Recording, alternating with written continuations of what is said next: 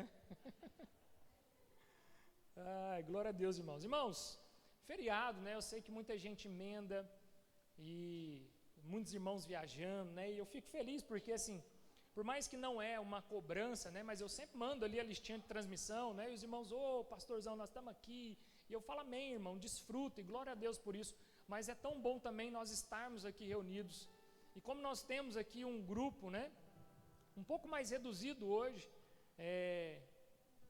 vamos ter uma liberdade a mais com o Senhor, irmãos. Vamos deixar de fato o rio fluir, né? Nós somos uma igreja centrada no Senhor e os irmãos sabem disso. Nós somos uma igreja cristocêntrica, onde a palavra é o centro dessa igreja, onde nós nunca subimos aqui em cima desse púlpito para agradar a ninguém a não ser o Senhor Jesus, e nós sofremos muito com isso, irmãos. Não é fácil, porque nem sempre aquilo que é o evangelho agrada a todos, irmãos, e nunca agradou em toda a história da igreja. Mas nós precisamos, irmãos, ser fiéis àquele que foi fiel conosco, aquele que nunca nos desamparou, aquele que nunca nos abandonou. Amém? Então vamos aproveitar, irmãos, para que a gente não perca essa ambiência que o Senhor gerou para nós e que nós possamos desfrutar daquilo que Ele tem para nós hoje. Amém? Abra suas Bíblias em Efésios capítulo 3. Nós estamos numa série de palavras nessa carta de Paulo, a igreja que estava ali em Éfeso. E como tem sido bom compartilhar com os irmãos dessa porção das Escrituras, hoje nós iremos trabalhar todo o capítulo 3, irmãos. Então, nós temos bastante coisas aí para falarmos, mas independente disso, eu quero que o Espírito de Deus flua em nosso meio, amém? Glória a Deus. Então não deixe com que as distrações roubem aquilo que o Senhor tem para nós, tá? Vamos tentar ficar bem concentrado no Senhor. Ontem eu sei que aqui teve um culto de jovem bem animado, né? E que bom que momentos como esse existem, né? Para você vir, dar aquela extravasada, dançar na presença do Senhor, pular, divertir e também se alimentar na palavra. Mas de fato, o que nós possamos agora é ruminar naquilo que o Senhor tem nos proporcionado, através dessa série, através dessa carta, uma carta pequena, mas profunda ao mesmo tempo. É engraçado que existe um ditado popular, né, que diz que nos pequenos frascos que estão os melhores perfumes, né? E é engraçado, irmãos, que quando você pega as cartas paulinas, se você pegar a carta aos Efésios e a carta aos Gálatas, irmãos, é duas porradas de teologia que Paulo está nos dando em um frasco que parece ser tão pequeno, né? Apenas 6 capítulos, mas que Paulo aqui entrega, irmãos.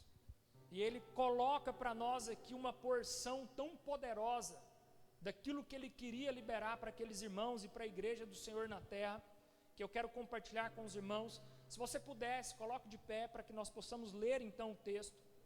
Efésios capítulo 3, a partir do verso 1. Todos encontraram aí? Amém?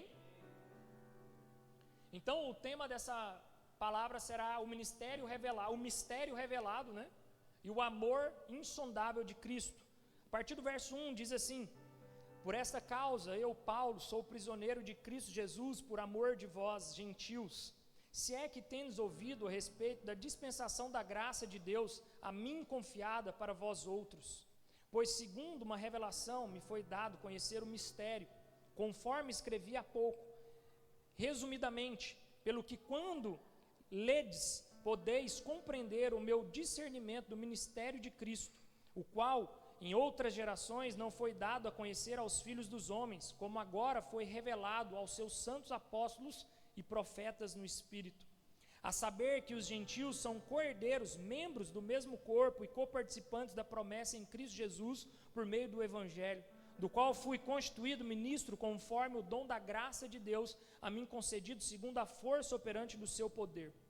A mim, o menor de todos os santos, me foi dado essa graça de pregar aos gentios o evangelho das insondáveis riquezas de Cristo e manifestar qual seja a dispensação do ministério desde os séculos, oculto em Deus que criou todas as coisas, para que pela igreja a multiforme sabedoria de Deus se torne conhecida agora dos principados e potestades nos lugares celestiais, segundo o eterno propósito que estabeleceu em Cristo Jesus, nosso Senhor, pelo qual temos ousadia e acesso com confiança mediante a fé nele. Portanto, vos peço que não desfaleçais nas minhas tribulações por vós, pois nisso está a vossa glória. Verso 14: por essa causa me ponho de joelhos diante do Pai, de quem toma o nome toda a família, tanto no céu como sobre a terra, para que, segundo a riqueza da sua glória, vos conceda que sejais fortalecidos com poder mediante o seu Espírito no homem interior, e assim habite Cristo no vosso coração pela fé, estando vós arraigados e alicerçados em amor, a fim de poderes compreender com todos os santos qual é a largura e o comprimento e a altura e a profundidade, e conhecer o amor de Cristo que excede todo o entendimento, para que sejais tomados de toda a plenitude de Deus.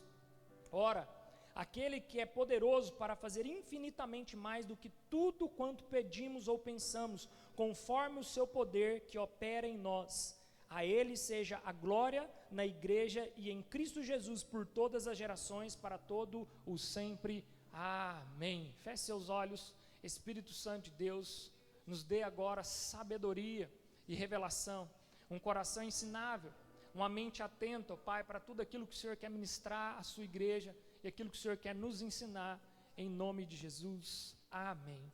Pode se sentar, ainda com a sua Bíblia aberta, aí no livro de Efésios, para que a gente possa trabalhar de forma expositiva esse texto. Aos meus amigos da mídia, hoje eu não vou ter o passador? Tem citação aí hoje, hein? Glória a Deus. Amém, irmãos? Irmãos, só trazendo uma breve, recapitulando aqui, alguns pontos que são muito importantes, irmãos, e não adianta, nós iremos falar sobre esses pontos todos os domingos. Amém? Glória a Deus. Até que todos os irmãos saibam falar de cor e salteado sobre os pontos pelo qual norteia essa carta que Paulo está escrevendo então aqui à igreja que estava em Éfeso. Então, primeiro nós entendemos que nós somos eleitos, né? Então Deus nos elegeu, e essa eleição foi uma bênção do passado, porque Ele nos elegeu antes da fundação do mundo. Mas ainda assim em vida, na vida presente que nós estamos, Ele nos adota. Então essa é a bênção do presente. Ele ainda assim nos adota, Ele já tinha nos eleito, agora Ele nos adota, e além de tudo isso, eu e você, pecadores, Ele nos redime. Então Ele restaura toda a tribulação, toda a separação. Ele resolve todo esse problema através da redenção. E além disso também Ele nos traz revelação da sua vontade. E Ele nos deixa a garantia, que é o penhor, o seu Espírito Santo, de que Ele irá voltar. Amém? Glória a Deus por isso então. Isso aí está bem, fresco aí na memória de vocês, por isso que todos os domingos nós iremos então repassar por esses pontos, devido à importância desses pontos em toda essa carta, tá? Mas eu quero falar com os irmãos aqui um pouquinho sobre o capítulo 3, onde Paulo, irmãos, aqui escrevendo a esses irmãos, Paulo então, ele estava preso, ele estava numa prisão. E por que Paulo estava preso? Por pregar o evangelho aos gentios. E Paulo, por pregar o evangelho aos gentios, então ele é preso de fato, preso literalmente. Ele estava numa cadeia, com algemas. Mas ainda assim, irmãos, a alegria de Paulo ao ver o evangelho de Jesus sendo expandido, e as pessoas conhecendo o evangelho de Cristo, traz alegria ao coração dele. E Paulo, ao escrever essa carta, jamais ele fala assim: irmãos, ore por mim, porque eu estou preso, ore para que eu seja liberto. Não, irmãos, pelo contrário, Paulo está fazendo a oração mais ousada, talvez, de toda a história. Então nós vamos entender aqui que primeiro, Paulo tem a revelação do mistério de Deus. Então, nessa porção da carta, Paulo aqui está tendo uma revelação do mistério de Deus. Depois ele então entende o ministério apostólico pelo qual Paulo carregava. E depois, irmãos, Paulo faz uma oração.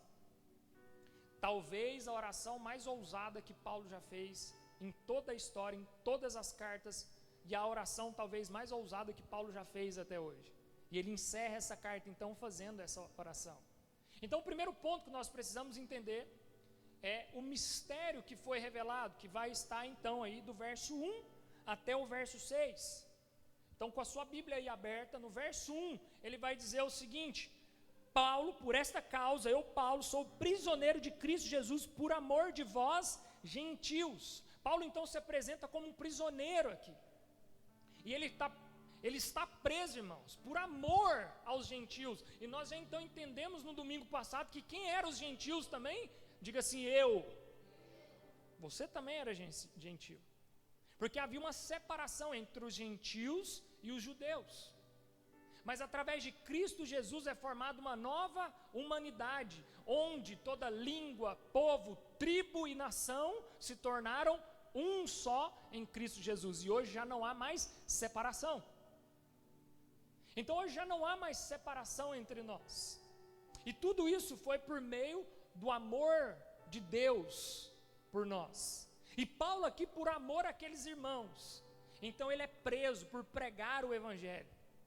E por amor de nós, irmãos, não judeus, nós fomos alcançados então por esse mesmo Evangelho. Isso é um motivo de muita alegria, irmãos. E essa mensagem de Paulo, né? Paulo preso ali, pregando o Evangelho, alegre porque o Evangelho está sendo pregado, ainda que preso, irmãos, deveria ser algo para nós de bastante reflexão, porque quantas vezes, irmãos, nós já deixamos de pregar o Evangelho, talvez por constrangimento. Quantas vezes, talvez, nós já deixamos de pregar as boas novas de Jesus por vergonha? Ou quantas vezes, talvez, nós já deixamos de pregar o Evangelho, às vezes, por medo de perder o emprego, ou por medo de não ser promovido, ou por medo de um julgamento. Mas Paulo não, irmãos. Paulo aqui então enfrenta a prisão, mas ele prega o Evangelho pelo qual foi revelado a ele. E no verso 2, irmãos, 2 e 3, nós vamos entender aqui que ele se subdivide em duas coisas. A revelação, Paulo então recebe revelação daquilo que estava, que era o mistério, e ele também é comissionado. Então vai dizer assim: se é que tendes ouvido a respeito da dispensação da graça de Deus, a mim confiada para vós outros, pois segundo uma revelação me foi dada a conhecer o quê? O mistério, conforme escrevi há pouco, resumidamente. Ou seja, Paulo então, ele recebeu uma revelação do mistério do Evangelho. O mistério que já não é mais misterioso, porque agora ele foi revelado. E esse mesmo mistério, irmãos, ele é revelado para mim e para você também. E aquilo que era antes oculto, agora já não é mais oculto, mas é manifestado através do espírito de revelação que nós temos. E por isso que no início dessa carta, Paulo ora. Como que Paulo ora? Ele ora para que haja um espírito de revelação e sabedoria. E por isso essa tem sido uma prática para nós também, irmãos. Todos os domingos, antes da palavra, a gente ora: Espírito Santo de Deus, nos dê sabedoria e revelação. Porque não adianta nada todo domingo eu chegar aqui e falar assim: ó, nós somos eleitos, nós somos adotados, nós somos redimidos, nós temos a revelação. E aí muita gente sai daqui falando assim: revelação de quê? Parece que eu não estou entendendo nada dessa revelação, irmãos. É muito simples isso aqui. A revelação é, irmãos, que você estava perdido e agora você foi encontrado. Amém, irmãos? Teologicamente tem muito mais coisa do que isso, irmãos. Mas se você entender que você estava perdido e que agora você foi encontrado, e que agora você está no caminho certo, e que agora você está indo rumo ao alvo, você já não está andando mais para o lado errado, irmãos. Isso já é de grande importância, irmãos. Então o que Paulo aqui está tentando mostrar para nós, e que esse mistério que antes estava oculto, irmãos, a partir do verso 4 aqui ele vai dizer assim: pelo que quando ledes, podeis compreender o meu discernimento do mistério de Cristo, o qual em outras gerações não foi dado a conhecer aos filhos do homem, como agora foi revelado aos seus santos santos apóstolos e profetas no Espírito. Então aquilo que estava em oculto agora está revelado, irmãos. Agora manifesto, tanto a judeus quanto gentios. Está revelado para nós, irmãos. E agora já não há mais separação entre céu, terra, judeu, gentil, passado, presente, futuro. Tudo agora está unido em Cristo Jesus. Cristo uniu todas as coisas. E nós precisamos então, a partir dessa revelação que Paulo aqui está nos dando, vai ter o passador? A partir dessa revelação que Paulo está nos dando, irmãos, viver de acordo. Nós precisamos a partir de agora então entender que nós temos que viver de acordo com aquele que teve a revelação. Olha o que Stott vai dizer aqui em uma das suas citações. Os mistérios cristãos são verdades que, embora fujam à descoberta humana, foram revelados por Deus e pertencem abertamente a toda a igreja. Os cristãos, gentios e judeus, juntos são co-herdeiros da mesma bênção, membros do mesmo corpo e co-participantes da mesma promessa. Essa dupla união com Cristo e uns com os outros é a essência do mistério. Então, irmãos, agora nós precisamos nos comportar como quem é co-herdeiro e co-participantes, porque isso já não está mais em oculto para nós, isso foi revelado. Aquilo que era um mistério para gerações passadas foi revelado aos apóstolos, e através dos apóstolos foi pregado para nós. Amém, irmãos? Irmãos, sabe por que muita gente gosta de permanecer, parece, na ignorância? Porque quando você está na ignorância, irmãos, parece que você não tem cobrança, né? Mas quanto mais se é revelado, irmãos, quanto mais lhe é dado, mais lhe vai sendo cobrado, irmãos. E Paulo está querendo dizer a esses irmãos aqui que não é mais misterioso. Esse mistério já foi revelado, irmãos. Já está revelado para todos. E aí não adianta falar assim também, não, pastor, mas eu não sabia. Qual Bíblia que você está lendo, irmão? Porque o grande problema do crente, irmãos, é porque o crente, ele só tem a revelação daquilo que contam para ele não quer ter a revelação daquilo que a palavra diz, mas a Bíblia vai dizer, e conheceis a verdade. Quem que vai libertar você? A verdade vos libertará. A própria verdade do Evangelho, ela é responsável em libertar você e te trazer conhecimento, e tirar toda a ignorância, toda cegueira espiritual. Então cabe a mim e você, irmãos. Por isso que Paulo aqui está sendo bem enfático, que o que era mistério no passado, agora foi revelado para todos nós. E aí no verso 6, o mistério que os gentios são cordeiros e membros de um mesmo corpo, agora como uma promessa, eles são coparticipantes de tudo isso em Cristo Jesus, já não está mais em oculto. Ou seja, irmãos, eu e você somos co-herdeiros com Cristo e somos coparticipantes das mesmas promessas. E uma coisa que nós precisamos entender aqui, que esse mistério aqui, essa verdade divina que antes era oculta, agora ela é revelada, é que ela nos inclui no plano de salvação de Deus. Então nós somos incluídos no plano de salvação de Deus, amém, igreja? Nós estamos inclusos. Nós somos participantes da mesma promessa que foi feita no passado. Nós também estamos incluídos nela. E isso, irmãos, mostra para nós que a universalidade da graça de Deus é para todos. Mas nós precisamos entender uma diferença. Nós não podemos confundir a universalidade da graça, que é para todos, com o universalismo, que a salvação é para todos. Amém, irmãos? Então a universalidade da graça quer dizer que tanto grego quanto judeu, preto, branco, rico, pobre, não importa. A graça do Senhor, essa promessa é para todos. Mas a salvação, irmãos, é somente para aqueles que mediante a fé em Cristo Jesus, crê no Senhor Jesus. Amém? Porque existem algumas linhas teológicas que creem que Jesus morreu para todos e que no final todo mundo está salvo. Mas a Bíblia em momento algum, irmãos, nos dá amparo para isso. Em momento algum nas Escrituras você vai achar uma base teológica, uma base bíblica para mostrar isso. A salvação é um dom gratuito de Deus para todo aquele que crê, mediante a fé, e a fé em Cristo Jesus. Morto, crucificado, mas ressuscitado. Amém? Deus tem um plano eterno, irmãos. E Ele vai revelando, conforme o tempo, esse plano eterno. O Evangelho de Deus, irmãos, ele não pode ser exclusivo de uma classe, uma elite, mas ele é inclusivo a todos. Nós temos que tomar muito cuidado, por isso que movimentos é perigoso, irmãos. E por isso que de vez em quando a gente tem que alertar os irmãos aqui. Todo movimento ele tem seus benefícios, amém, irmãos? Ele é bom, ele tem seus benefícios, mas a gente tem que tomar muito cuidado, porque ele acaba se tornando o quê? Muito exclusivista.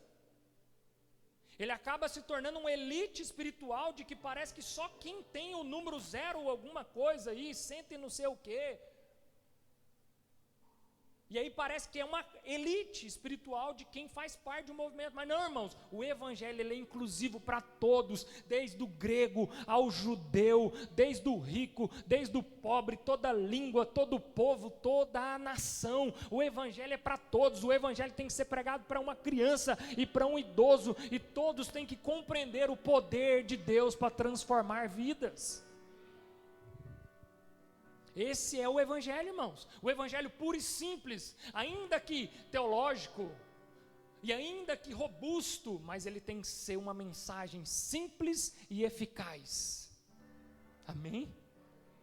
Uma mensagem que transforma, uma mensagem que gera vida, e não que gera morte, irmãos. Esse é o Evangelho, um Evangelho que diz assim: vinde a mim como estás. Quantas vezes, irmãos, nós queremos selecionar aqueles que têm que vir até o Senhor? Não, mas esse aqui é muito chato, esse aqui eu vou deixar de fora, esse aqui eu não vou pregar o Evangelho não. Ô, cabra enjoado, isso aqui pode ir para o colo do capeta. É esse, irmão, que Jesus talvez colocou no seu caminho, para que você, assim como Paulo, algemado num cárcere, esteja lá dentro glorificando, porque o Evangelho está sendo pregado para os gentios daquele tempo, irmãos. E às vezes você tem um cabra lá no seu condomínio, lá no seu prédio, lá no seu trabalho, que você já está tão de saco cheio dele, que você fala assim: esse aí pode ir para o inferno mesmo. E é justamente esse, irmãos, que o Evangelho precisa chegar até ele. É justamente esse aí que talvez o Senhor está te usando ali, para que o Evangelho chegue, a boa nova do Evangelho chegue até ele. E nós precisamos entender a igreja como uma grande família reconciliada, irmãos. E essa grande família reconciliada, ainda que esse caboclo seja chato, enjoado, mas uma vez que ele é alcançado pelo Evangelho, irmãos, é uma grande família que foi reconciliada, que foi perdoada e que se ama. Assim como toda grande família pode até haver os seus atritos, mas no final das contas nós vamos partir o pão e comer todo mundo junto.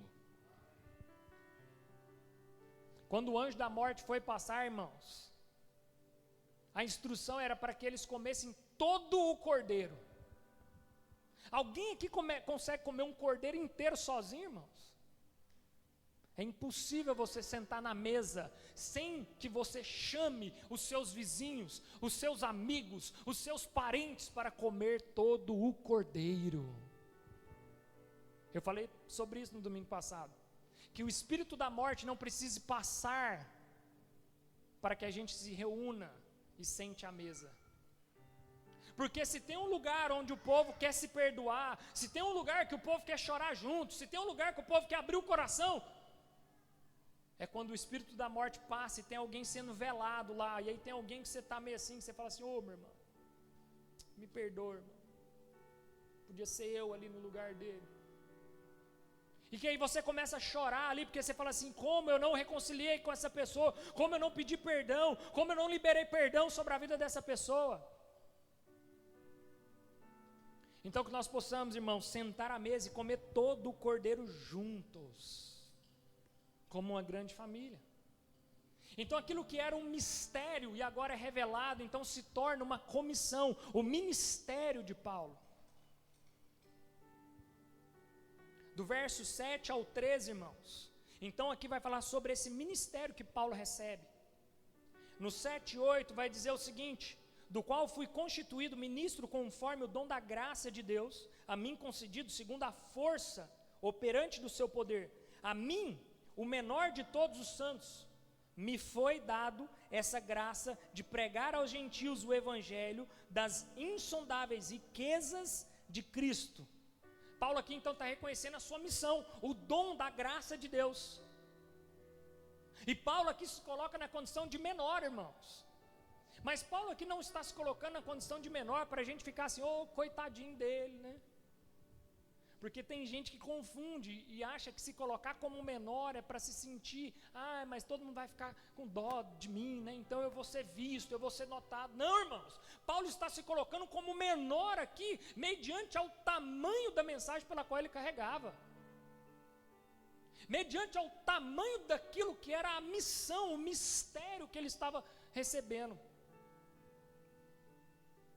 Então nós precisamos entender que a graça pela qual Paulo foi alcançado é uma graça que o comissionou para anunciar, uma graça que o comissionou a pregar o evangelho aos gentios. E essa mesma graça, irmãos, nos alcançou. E essa mesma graça que alcançou a Paulo e o comissionou a anunciar, a pregar o evangelho, é a mesma graça que alcançou a mim e você e nos comissiona a também a anunciar e pregar o evangelho.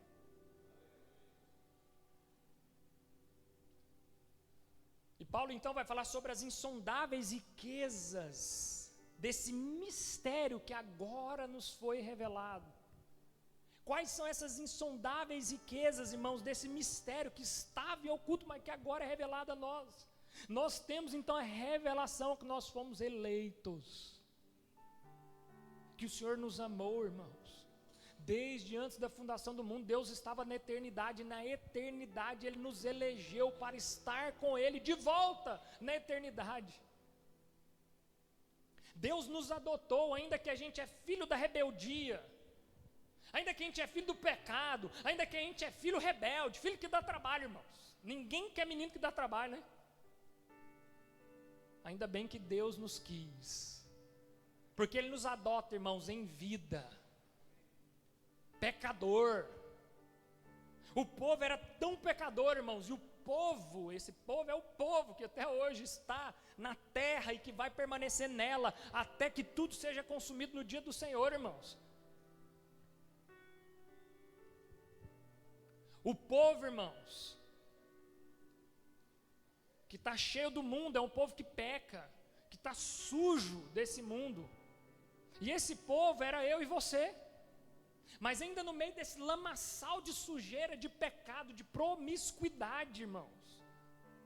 Não ache que esse mundo é um mundo que muitas vezes a gente fala, eu sou pai de 2 menininhas, irmãos. Você acha que eu não fico preocupado? A gente fica brincando às vezes, né, que eu tenho um monte de amigo que tem filho homem. E na verdade eu já estou achando é uma bênção isso aí. Glória a Deus, né, irmãos? É muito mais fácil você juntar com os que estão perto mesmo de casa, e é isso, irmão. Vamos já fazer igual antigamente, né? Vamos assinar o termo já, irmão. Que hoje em dia você não pode vacilar. Mas nós ficamos nessa preocupação com esse mundo, achando que esse mundo é um mundo caído, que essa geração é a pior geração de todas, irmãos. Vocês lembram de Sodoma e Gomorra? Precisou ser destruída, tamanha era a promiscuidade.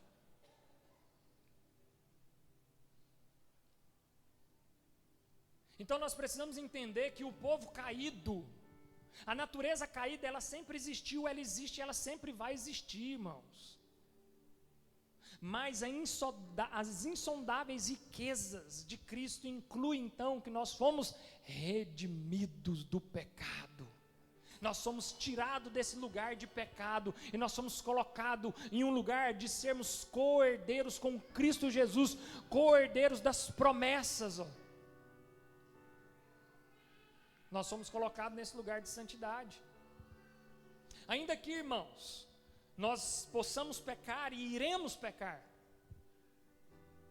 mas o pecado da nossa vida não nos define mais, irmãos. O pecado na nossa vida não diz mais quem eu sou.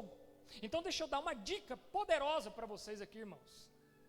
O tio Nico que dá essa dica lá no podcast, você me mandou lá, Renan.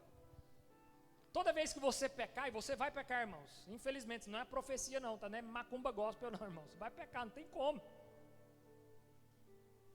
Nós ainda não somos 100% santos, nossa santidade está sendo evoluída. Paulo fala aqui, na largura, na medida, na profundidade, nós estamos sendo esticados, construídos, até alcançarmos o homem perfeito. Mas toda vez que você pecar, irmãos, você pode virar para o pecado, com autoridade, e dizer: pecado, você não me define, isso não pertence a mim. Ainda que eu caia no pecado da pornografia, isso não me define, isso não é quem eu sou santo em Cristo Jesus. Amém, irmãos? E Paulo vai dizer que quando eu sou fraco é que eu sou forte, porque é na fraqueza que se aperfeiçoa o poder, porque toda vez que eu olho para o pecado e falo para ele que ele não me define, a minha natureza não é mais uma natureza de pecado, é naquele momento que ainda que fraco, é que eu estou sendo forte, em reconhecer quem eu sou em Cristo Jesus. E ele continua aqui então, o propósito é revelado, a sabedoria multiforme de Deus, a igreja, irmãos, aos principados e às potestades, no verso 9 ao 10 ele vai dizer, e manifestar qual seja a dispensação do mistério, desde os séculos ocultos em Deus, que criou todas as coisas para que pela igreja, olha o que ele vai dizer aqui, pela igreja, a multiforme sabedoria de Deus se torne conhecida agora, dos principados e potestades nos lugares celestiais. Olha o que o Stott vai dizer, coloca para nós a próxima aí.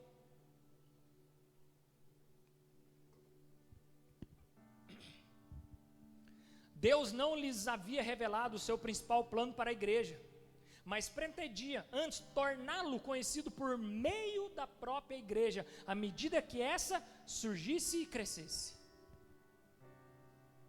Irmãos, entenda uma coisa, conforme a igreja do Senhor cresce, o plano de Deus vai sendo também revelado. A própria igreja que vai revelar o plano de Deus. É através da igreja que o plano de Deus vai sendo revelado à humanidade. Por isso a importância da igreja, irmãos. E esse plano eterno é realizar em Cristo,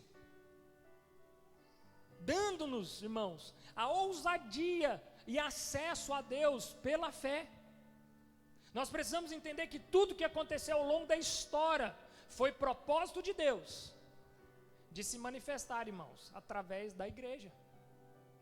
Tudo que acontece ao longo da história, Deus está no controle e se revelando através da igreja. É por isso que devido às situações, irmãos, como que a igreja do Senhor responde às situações?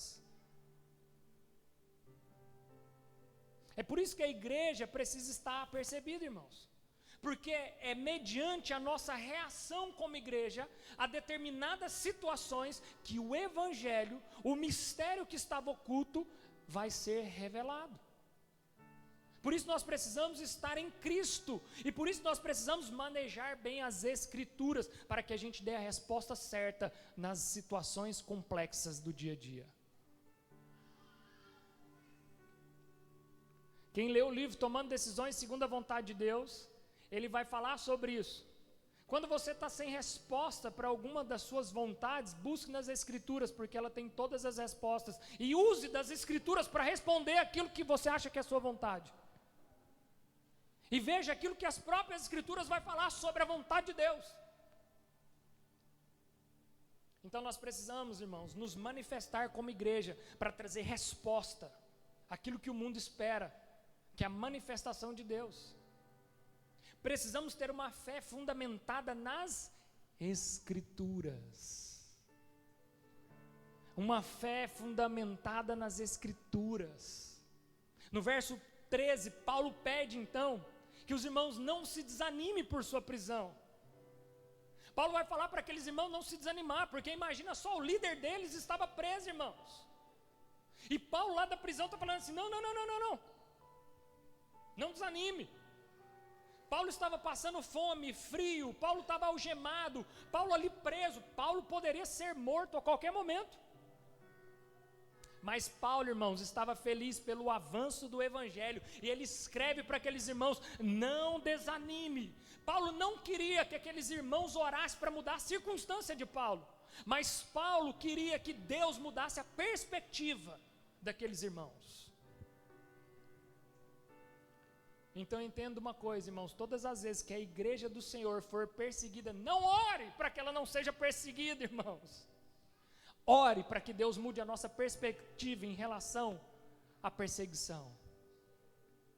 Amém, irmãos? Então não se preocupe quando for lá votar e falar assim, nossa, agora a igreja vai ser perseguida, meu Deus, Deus muda isso. Deus não vai mudar, irmãos, Ele está no controle de todas as coisas. Agora o que nós devemos orar, irmãos, faça a tua vontade, se necessário, mude a minha mente, a minha perspectiva em relação à tua igreja, porque através da resposta como igreja que eu irei dar às devidas situações, é que o evangelho será revelado às pessoas que ainda ele não foi revelado. Uma igreja que se acovarda, irmãos, mediante a opressão lá fora, é uma igreja que não está fundamentada como cordeiros da promessa. Agora uma igreja que é cheia de ousadia, irmãos, ela está fundamentada como cordeira daquele que recebeu as promessas de Deus. Então, irmãos, nós precisamos entender, a igreja é um instrumento da revelação da sabedoria de Deus ao mundo espiritual. Então a igreja é esse instrumento de revelação da sabedoria de Deus. E a missão da igreja vai além do evangelismo humano, irmãos. Ela participa da glória de Deus nos céus. Então a igreja ela vai muito além só, porque muitas vezes a gente acha que a igreja está aqui só para a gente, vamos ganhar gente para Jesus, vamos trazer gente para dentro da igreja, vamos encher a igreja, vamos falar de Jesus para os irmãos, porque nós precisamos levar para a igreja. Não, irmãos, a igreja está participando da glorificação de Deus lá nos céus. E seu chamado, irmãos, ainda que ele pareça muito pequeno, ainda que pareça muito pequenininho aquilo que você foi chamado para fazer, mas faz parte do plano eterno de Deus, irmãos. Não importa qual seja o chamado de Deus na sua vida, ainda que você olhe e fale assim, mas parece ser tão irrelevante, parece ser tão pequenininho, mas Deus te chama para fazer parte do plano eterno dEle. Não queira, irmãos, muitas vezes nós cometemos um erro muito grave de querer trazer o plano eterno de Deus para dentro dos nossos planos, irmãos. Nós somos muito ousados em fazer isso, né, irmãos? Mas quantas vezes a gente não faz isso, né? Deus, está aqui os meus planos, entra aqui dentro dos meus planos, Senhor. Irmãos, os planos eternos de Deus não caberia dentro dos seus pequenos planos. Agora os seus pequenos planos podem se encaixar nos planos eternos de Deus. Então por isso que nossa oração tem que ser, Deus muda a nossa perspectiva. Não muda a nossa rota, não muda a nossa circunstância, mas muda a minha perspectiva. Por que que o povo ficou no deserto, irmãos, 40 anos? Por quê? Porque eles queriam que mudasse a circunstância. E não queria que mudasse a perspectiva de visão deles. E por querer mudar só circunstância, faz um bezerro de ouro aí para nós. Então muitas vezes, irmãos, nós estamos orando para Deus pedindo um bezerro de ouro, enquanto Deus está lá em cima falando assim, ora só para eu mudar a sua perspectiva da sua visão, a resposta que você vai dar para a circunstância que você está vivendo. E através dessa resposta que você vai dar para a circunstância que você está vivendo, vai ser o evangelho sendo pregado na vida das pessoas, na vida da igreja, na vida dos seus vizinhos, na vida da sua família. Entende, irmãos? Paulo estava preso. Paulo poderia escrever uma carta. Nada contra, irmãos, e não leve isso para um lado errado. Mas quantas vezes a gente tem algum irmão querido nosso, que está lá na UTI, e nós fazemos isso também, irmãos, e vamos continuar fazendo, não estou falando que é errado. E aí a gente fala assim, irmãos, vamos juntar todo mundo, chama as igrejas do mundo inteiro, vamos orar, interceder para Deus mudar o quadro daquele irmão, para Deus curar aquele irmão. E às vezes aquele irmão, que já está lá na UTI, e que já está desfrutando, irmãos, da eternidade com Cristo, só não foi anunciada a morte dele ainda, mas ele já está mais no céu do que na terra, ele está lá. Deus só muda a perspectiva da visão desse povo. O plano eterno e soberano é do Senhor. Entende, irmãos? Quantas vezes nós queremos mover uma manivela achando que Deus precisa se encaixar nos nossos desejos, nas nossas vontades. É muito mais fácil, irmãos, você se jogar no plano eterno de Deus e falar assim, Senhor, faça conforme a tua vontade. E Paulo, irmãos, ainda que preso, ele estava celebrando o avanço do Evangelho. E ainda que pareça pequeno aquilo que você está fazendo para Deus, irmãos, mas saiba que você faz parte de um plano eterno, e ainda que haja dificuldades, ainda que haja sofrimento no ministério, tudo isso são instrumentos para a glória de Deus, e vai haver, irmãos, sofrimento, vai haver dificuldade nessa caminhada.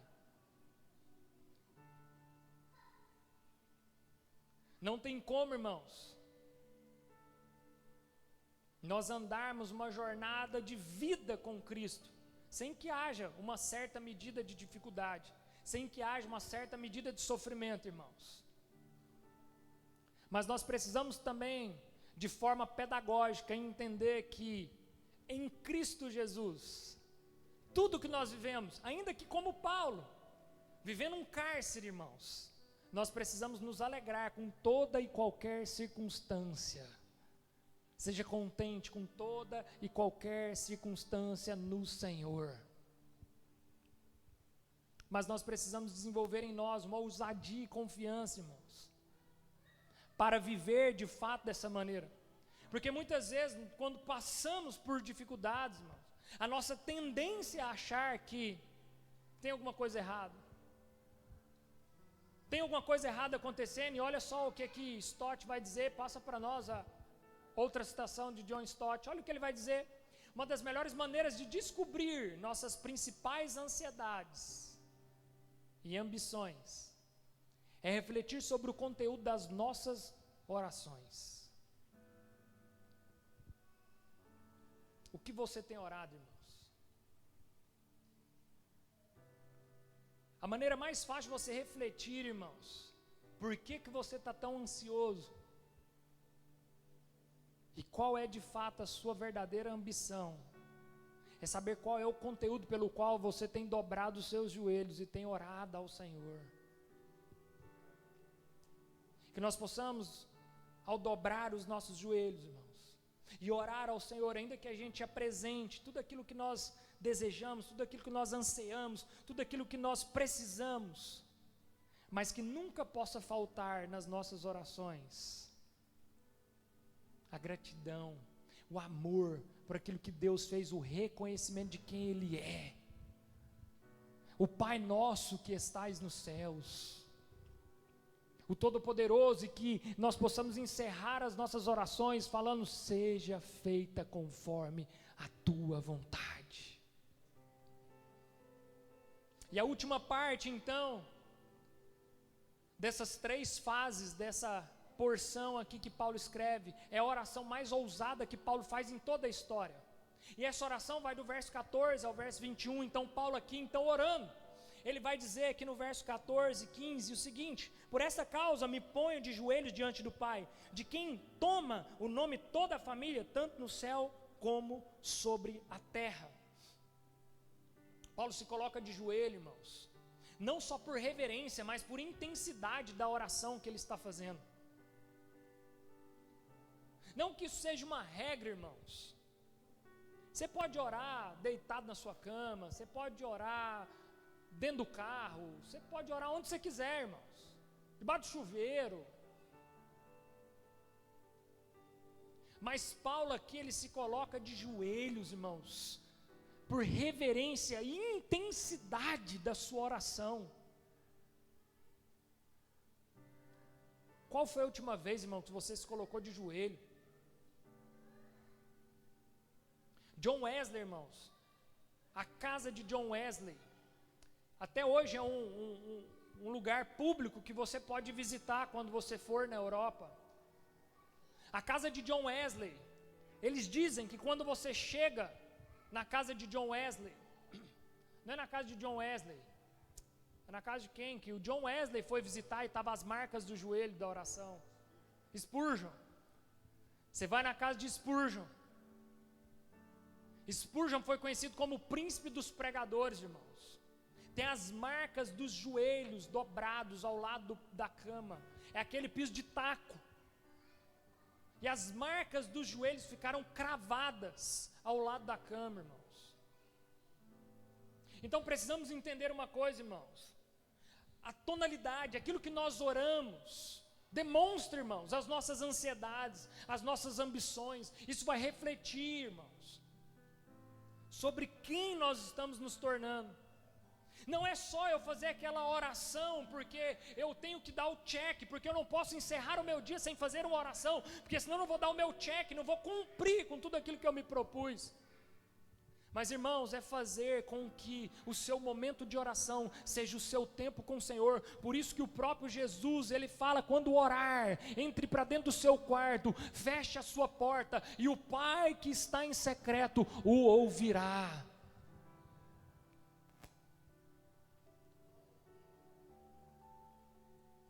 Qual foi a última vez que você entrou para dentro do seu quarto para falar com o Pai? Só você e Ele. Fechou a porta, irmãos. Tranca a porta e fala assim: Senhor, eu só saio daqui de dentro quando o Senhor falar comigo. Ousadia, irmãos. Falta ousadia. Seu medo é de ficar trancado lá o dia inteiro. Por isso você não faz isso. Seu medo é de falar assim: como é que faz? Eu vou chegar atrasado no trabalho, até Deus falar comigo. Cadê a ousadia? Faz na madrugada, irmãos, que aí você não tem que ter pressa, você tem ela toda para ficar lá, até Ele falar. Ainda que você cochile, Ele tem que falar em sonho, para você ver se você recebe aí o que Ele tem para falar. Faça isso, irmãos. Desenvolva essa musculatura da oração. Eu não oro segundo as minhas vontades mais, irmãos, mas segundo a verdade revelada de Deus. Eu não oro mais segundo aquilo que eu quero, mas segundo a verdade revelada de Deus, da sua vontade. O próprio Deus se encarregou de revelar a sua própria vontade a mim. Então agora a minha oração não é mais sobre aquilo que eu quero, ou sobre aquilo que eu acho que eu preciso, mas é sobre a verdade revelada da vontade de Deus.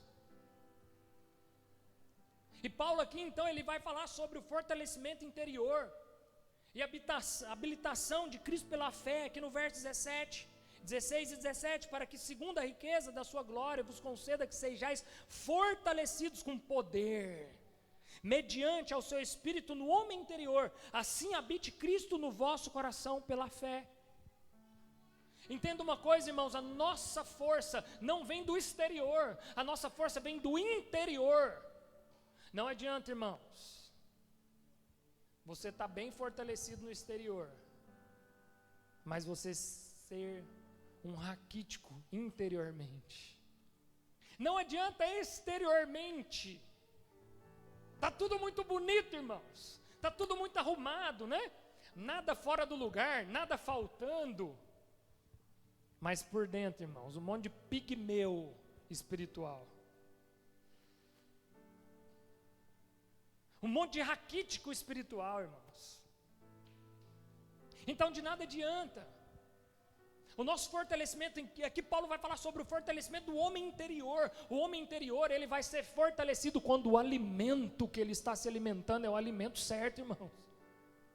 Você só vai ter um fortalecimento do homem interior quando você se alimentar com o alimento que alimenta o homem interior. Paulo também vai falar nessa carta, lá no capítulo 6, sobre a nossa luta, não é contra o homem, nem contra a carne, então não adianta você ficar fortão do lado de fora, não adianta você estar bem protegido lá de fora, se por dentro você não está sendo bem fortalecido no homem interior. Porque a nossa luta não é contra a carne, nem contra o sangue, mas é contra os principados, é contra as potestades, é contra os dominadores dessa era presente, irmãos. Então a nossa guerra, irmãos, por mais que está rolando a guerra lá, ó, Israel, Irã, é bomba, é míssil, é tiro, a nossa guerra não é contra essa força exterior. A nossa guerra é muito mais intensa do que uma bomba nuclear, irmãos. A nossa guerra é contra principados e potestades.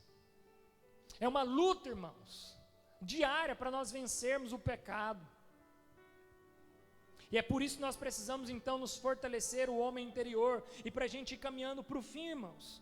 Aqui no verso 17 ao 19, então ele continua dizendo, a fim de poderdes compreender com todos os santos qual é a largura, o comprimento, a altura e a profundidade, e conhecer o amor de Cristo que excede todo entendimento humano, para que sejais tomados de toda a plenitude de Deus. Conhecer todo o amor de Deus, e não só uma parte, irmãos. Nós precisamos conhecer todo o amor de Deus, e não só um pedaço, e não só uma parte, não só aquilo que nos agrada, mas todo o amor de Deus. A Bíblia diz que nós devemos orar pelos nossos inimigos, isso é todo o amor de Deus. Porque muitas vezes a gente só pega a parte que mais nos convém do amor de Deus, e as partes mais difíceis nós vamos deixando de lado. É por isso que no texto de Efésios 4:13, quando ele vai falar da estatura do varão perfeito, a estatura de Cristo, nós precisamos, irmãos, ser esticados conforme a medida da largura, da profundidade. Isso muitas vezes vai doer, porque crescer dói, irmãos.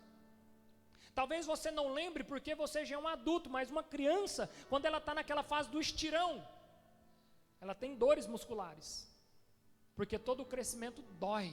Já viu quando você vai para a academia e aí você quer pôr em dia tudo aquilo que você nunca fez na vida, você quer pôr em dia no único dia na academia?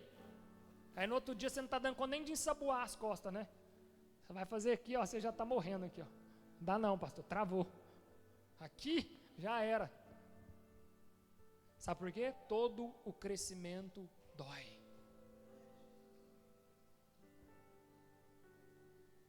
Então, para nós chegarmos à estatura do varão perfeito, irmãos, nós teremos que abraçar todo o amor do Senhor. E tudo aquilo que é relacionado a esse amor. Amar ao nosso próximo como a nós mesmos. Nós precisamos aprender sobre esse amor, irmãos.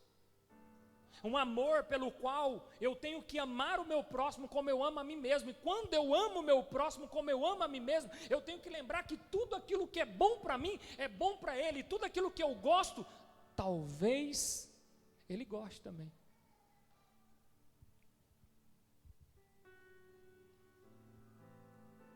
São nas pequenas coisas, irmãos, que nós demonstramos o Evangelho do Senhor. Qual foi a última vez, irmãos, que você praticou o amor ao próximo de uma maneira natural? Qual foi a última vez que ao comer algo, você lembrou de uma pessoa e falou, cara, essa pessoa ama isso aqui, eu preciso ligar para ela, eu preciso chamar ela, eu preciso guardar um pedaço para ela? Qual foi a última vez que você praticou o amor ao próximo de uma maneira natural? Você simplesmente pegou o telefone e ligou para alguém só para perguntar se ele está bem. Pô, minha irmã, eu te vi lá na igreja, parece que eu não te senti tão bem. Estou te ligando só para saber se você está precisando de alguma coisa. Não estou precisando de nada não, então eu vou orar por você, meu irmão, tudo bem? Precisamos desenvolver, irmãos, musculaturas que vão nos fazer avançar no comprimento, na largura, na altura e na profundidade. No verso 20 e 21, então, aqui tem uma doxologia poderosa. onde ele vai dizer o seguinte: ora, aquele que é poderoso para fazer infinitamente mais do que tudo quanto pedirmos ou pensamos, conforme o seu poder que opera em nós, a ele seja a glória na igreja, em Cristo Jesus, por todas as gerações, para todos sempre. Amém. Deus é infinitamente mais poderoso do que tudo aquilo que pedimos ou pensamos. Um poder que opera em nós. Coloca para nós a última citação, Pedro. Olha só a capacidade de Deus em relação a responder a oração. Então ele pode fazer, irmãos. Ele pode fazer. Ele não está ocioso, ele não está inativo, ele não está morto. Então ele pode fazer. Ele pode fazer o que pedimos também. Ouve e responde às nossas orações. Só que ele pode fazer o que pedimos ou pensamos também. Então, ou seja, ele faz mais do que você imagina, porque ele faz aquilo que você pede, e ele também pode fazer aquilo que só você pensou. Ele lê nossos pensamentos, os nossos sonhos e a nossa falta de coragem de pedir. Então ele pode fazer aquilo que você pede e aquilo que você pensa. Só que além disso, ele pode fazer tudo o que pedimos ou pensamos. Então ele pode fazer tudo. Sabe de tudo e ele pode tudo. E além disso também ele pode fazer mais do que tudo o que pedimos ou pensamos. Suas expectativas são mais altas do que as nossas.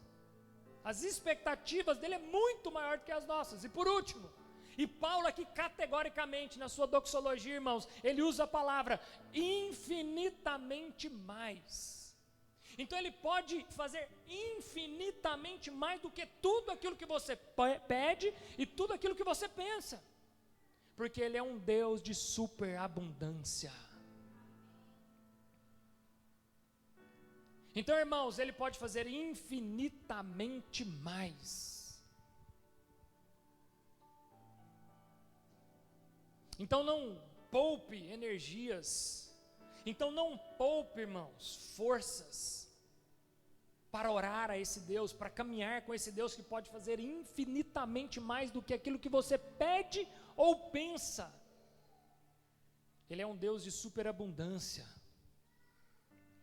Ele nos resgatou, irmãos, ele nos redimiu, ele nos trouxe para perto, ele restaurou a paz. Porque não existia paz, existia caos. Eu não sei se vocês gostam de acompanhar, irmãos, eu gosto um pouco de acompanhar lá a situação da guerra lá. Não para ver a tragédia, mas para entender historicamente, entender aquilo que está comunicando. Irmãos, é muito sofrimento aquilo ali. É muito sofrimento, é muito triste você ver o conflito entre o homem. E deixa eu te dizer algo. Aquilo que está acontecendo em Israel e no Irã, irmãos, aquilo que é conflito era o que era a minha e a sua realidade. Nós estávamos em conflito com Deus, nós estávamos em conflito uns com os outros, mas Ele restaurou a paz, e por isso hoje, irmãos, nós vivemos em paz, paz com Deus, paz um com os outros. E porque Ele restaurou a paz, nós podemos estar aqui hoje para celebrá-lo, para adorá-lo. E eu quero convidar você agora a se colocar de pé e celebrar um pouco mais a Ele, estendermos um pouco mais essa adoração. Ainda que talvez, irmãos, nós iremos passar um pouco do horário, mas, irmãos, Ele não poupou.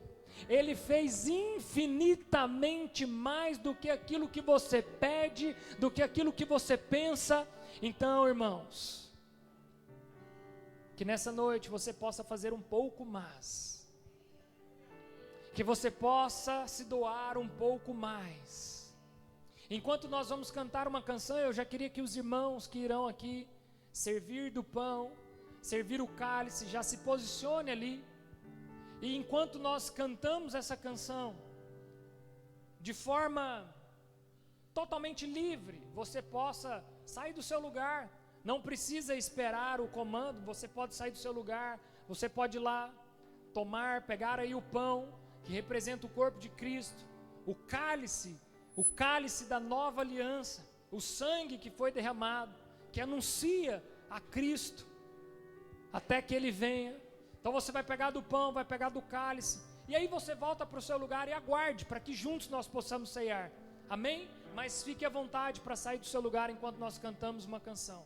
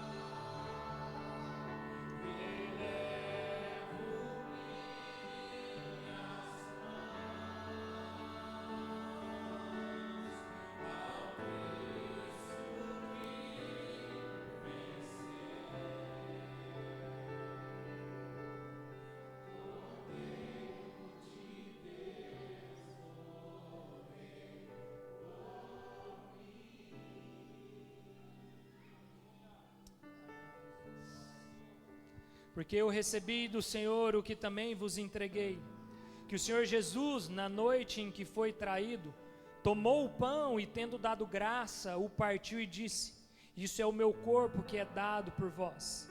Fazei isso em memória de mim. Por semelhante modo, depois de haver ceado, tomou também o cálice, dizendo: este cálice é a nova aliança no meu sangue. Fazei isso todas as vezes que o beberdes em memória de mim. Porque todas as vezes que comerdes esse pão e beberdes o cálice, anunciais a morte do Senhor até que Ele venha. Então agora você vai pegar do pão aí que representa o corpo de Cristo que foi moído ali, o corpo de Cristo que foi entregue ali naquela cruz, e você vai participar dele com a consciência correta daquele que crê que Cristo morreu, mas ressuscitou.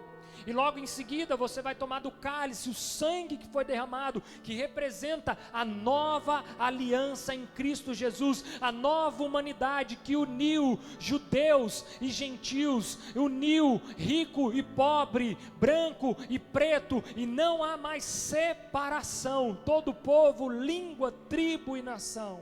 Podes participar agora do corpo de Cristo e do cálice da nova aliança.